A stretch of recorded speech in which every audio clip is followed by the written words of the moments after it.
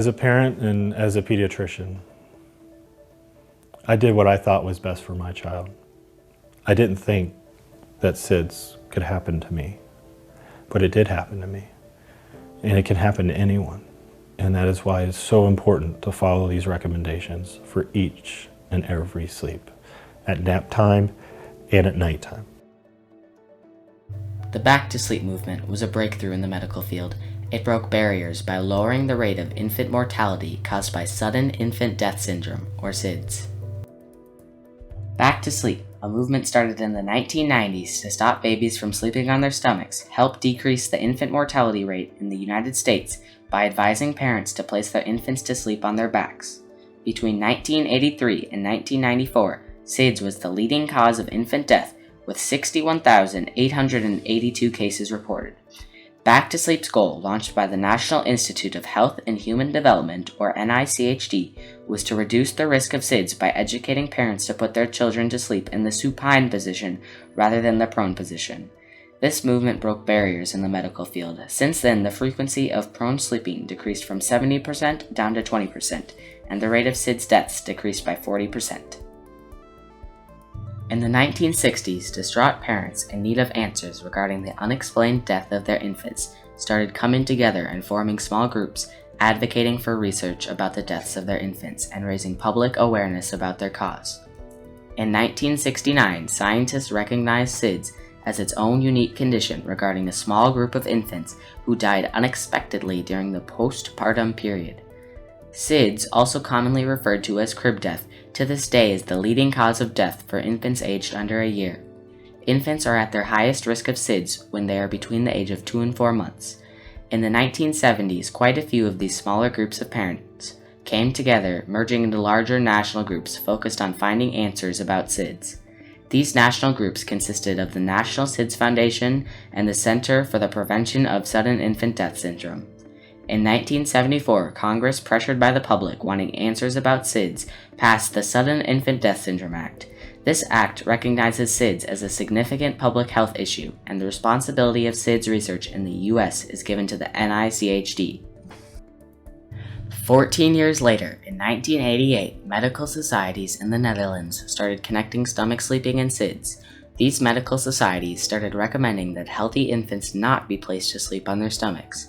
A year later, in 1989, the U.S. developed its current definition of SIDS.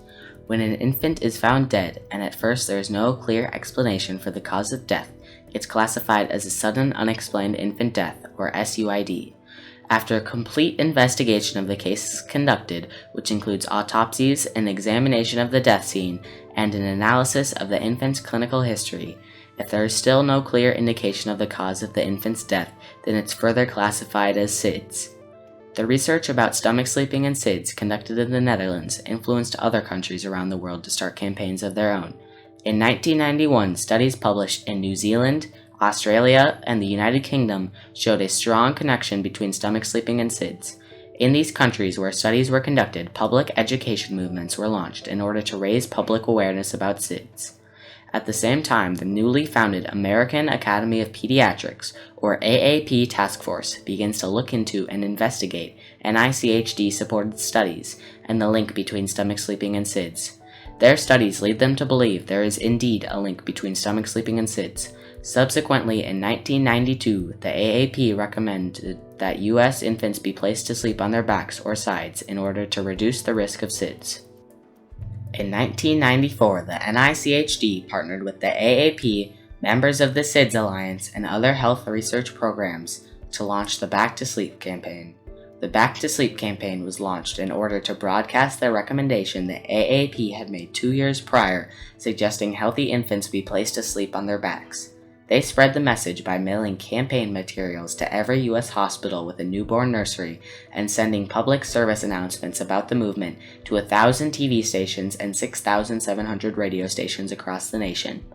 U.S. Surgeon General Jocelyn Elders also issued a policy statement that healthy infants be placed on their backs or side to sleep to reduce the risk of SIDS.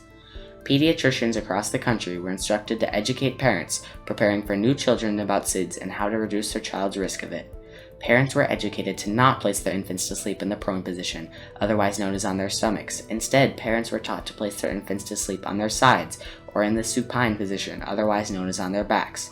This recommendation was put forth in order to prevent the buildup of carbon dioxide near the baby's mouth and reduce the risk of asphyxiation when the infant is asleep. The movement or the philosophy must have been kind of slow coming, because it wasn't an overnight changing my philosophy, but the more I heard about it, the more I believe my friends and I all know what's best for babies. But this wasn't the end of the movement. This new recommendation propelled more research about the cause of SIDS. 2 years later, with additional research, the AAP task force recommended that babies be placed to sleep always in the supine position because it is most effective in lowering the risk of SIDS. One of the hard things I think was hard to accept was because babies slept really soundly on their tummy, so all of that reflex, all the reflex things that babies go through when they sleep, how they jerk when they sleep, it doesn't happen as much when they're on their tummies as on their back, and they wake themselves up when they're on their back.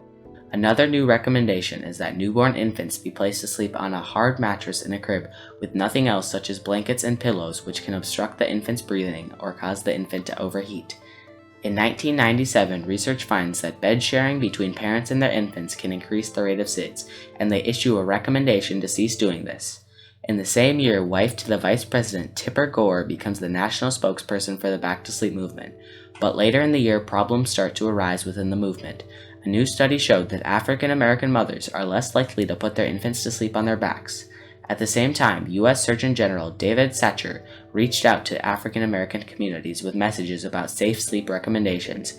However, this wasn't enough. 2 years later, it was evident that more focus was needed.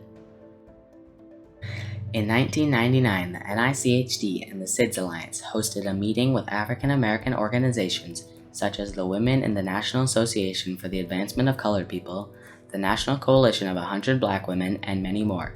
The purpose of the meeting was to discuss methods to spread safe sleeping recommendations throughout African American communities.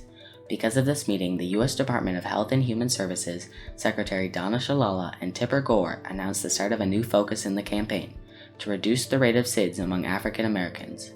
1 year later, the NICHD, in collaboration with its African American partner organizations, releases Babies Sleep Safest on Their Backs, a resource kit for reducing the risk of SIDS in African American communities.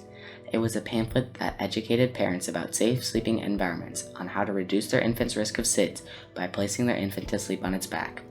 4 years later, research shows that the messages had a major impact and back sleeping rates were at their highest in these African American communities. At the same time, the NICHD notices a similar issue occurring with the Native American communities. Infants weren't being put to sleep on their backs. The NICHD took a similar approach to this issue by creating the Healthy Native Babies Project, a project that spread culturally appropriate messages to Native American communities across the nation.